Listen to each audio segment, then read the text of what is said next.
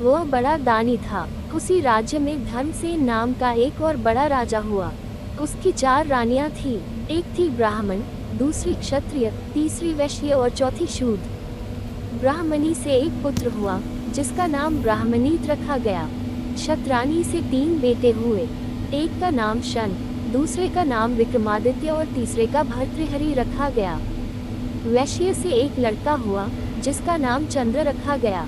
शूद्रानी से धन्वंतारी हुए। जब वे लड़के बड़े हुए तो ब्राह्मणी का बेटा घर से निकल पड़ा और धारापुर आया। हे राजन, वहाँ के राजा तुम्हारे पिता थे। उस लड़के ने राजा को मार डाला और राज्य अपने हाथ में लेकर के उज्जैन पहुँचा। संयोग की बात है कि उज्जैन में आते ही वह मर गया। उसके मरने पर क्षत्राणी का बेटा शंख गद्दी पर बैठा। कुछ समय बाद विक्रमादित्य गद्दी पर बैठे। एक दिन राजा विक्रमादित्य को राजा बाहुबल के बारे में पता चला कि जिस गद्दी पर वह बैठे हैं वह राजा बाहुबल की कृपा से है। पंडितों ने सलाह दी कि हे राजन, आपको जग जानता है, लेकिन जब तक राजा बाहुबल आपका राज तिलक नहीं करेंगे तब तक आपका राज्य अचल नहीं होगा। आप उनसे राज तिलक करवाओ। विक्रमादित्य ने कहा, अच्छा, और वह अपने ज्ञानी और विश्वसनीय साथी लूथवरन को साथ लेकर वहां गए।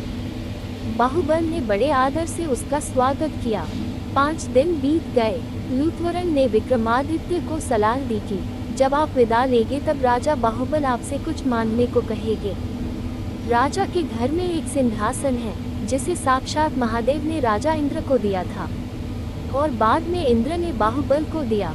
उस सिंहासन में ये गुण है कि जो उस पर बैठेगा वह 7 लीप नवखंड पृथ्वी पर राज करेगा।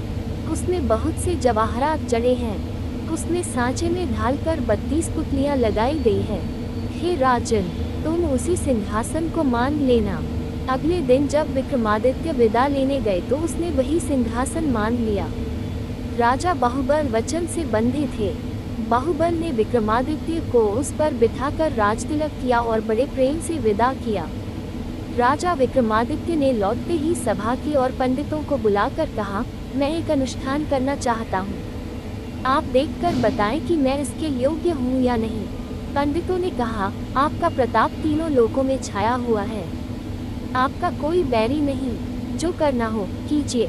अपने खानदान के सब लोगों को बुलाए। 1.25 लाख कन्यादान और 1.25 लाख गायें दान कीजिए। ब्राह्मणों को धन दीजिए। जमींदारों का 1 साल का लगान माफ कर दीजिए। इतना कहकर पुतली रत्नमंजरी बोली, हे राजन, आपने अगर कभी ऐसा दान किया है तो सिंहासन पर अवश्य बैठें। पुतली की बात सुनकर राजा भोज निराश हो गए। आज का दिन तो गया, अब तैयारी करो, कल सिंहासन पर बैठेंगे। इस तरह सिंहासन 32 की पहली पुतली ने राजा भोज को नहीं बैठने दिया और अगले दिन दूसरी पुतली चित्रलेखा ने सुनाई राजा विक्रमादित्य की कहानी।